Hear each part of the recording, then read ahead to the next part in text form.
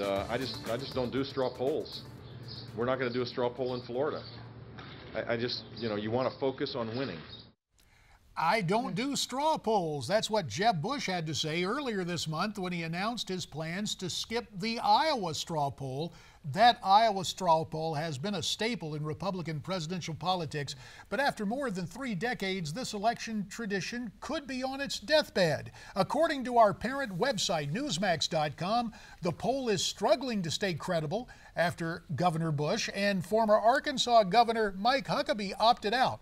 So far, only Ben Carson and Donald Trump have said they will participate. And joining us now from Iowa, syndicated radio host Steve Deace. He's also the author of Rules for Patriots, How Conservatives Can Win Again. Thanks so much for joining us. And Steve, we could also crown you the unofficial king of Iowa presidential politics, at least for conservatives. The straw poll, will it stay in business? Will it be a factor in 2016?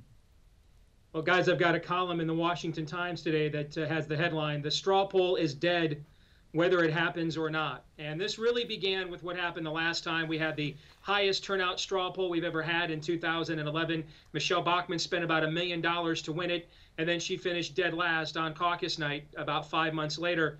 And then after that, you had our allegedly Republican governor, who is literally a Republican in name only, has gone out of his way to publicly undermine the event because his candidates don't seem to do well at these sorts of straw polls.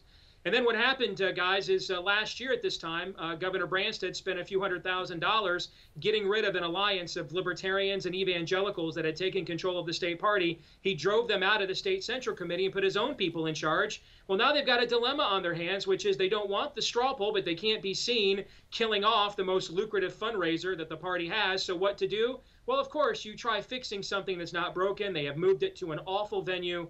That's going to be scorching hot, even hotter than the traditional Iowa straw poll was.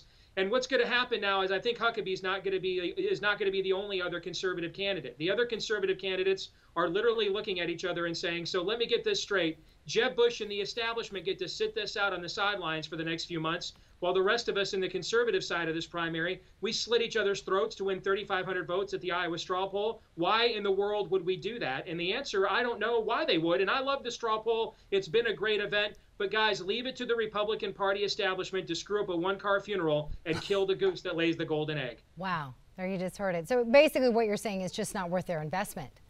It's just not. I mean, if you look at the candidates, I can see why Ben Carson wants to do it. I mean, Ben is still drawing crowds in Iowa, but there's a lot of doubt. Are those admirers or supporters? And the straw poll would give Ben a chance to make his point. But you look at the rest of these candidates, just quickly look at them. If you're Rand Paul, everybody says you've got the organizational edge. You're expected to win. If you win, no one says anything. If you lose, it's a big story. If Ted Cruz wins, they just call you the next Michelle Bachmann. Scott Walker comes in as the current media polling champion. He's not going to announce until late June his formal candidacy, which doesn't give you much time to organize. There's no way he could meet expectations in that short amount of time. And guys like Rubio and Jindal and many of these other candidates, they don't even have organizations in Iowa yet. So it's essentially a nothing to gain, everything to lose scenario for everybody in the race now. And you recalled the history of 2012, Michelle Bachmann winning the straw poll, but of course, the night of the caucus, Rick Santorum pulled out that victory, albeit narrowly over Mitt Romney. Rick Santorum announces today.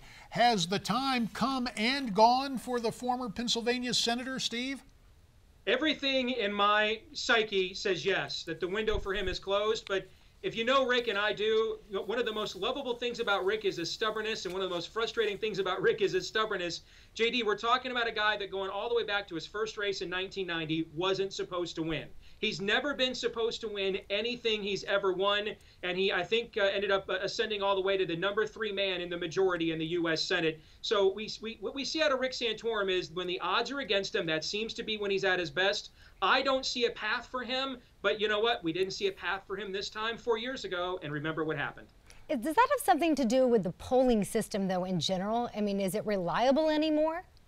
No, way too many people in you guys' line of work blow up the Des Moines Register poll as if it is some oracle at Delphi or soothsayer. It is notoriously bad in recent years of polling Republican primaries. For one example, we got a U.S. Senate primary. They dramatically underpolled what Joni Ernst finished with. They even got the second place finisher wrong. Sam Clovis, the conservative, they had him at about 8 or 9%. He finished well over 20%. And the main reason why is evangelicals like me dominate primary politics in Iowa. And whenever the Des Moines Register calls on the phone, you know what they do?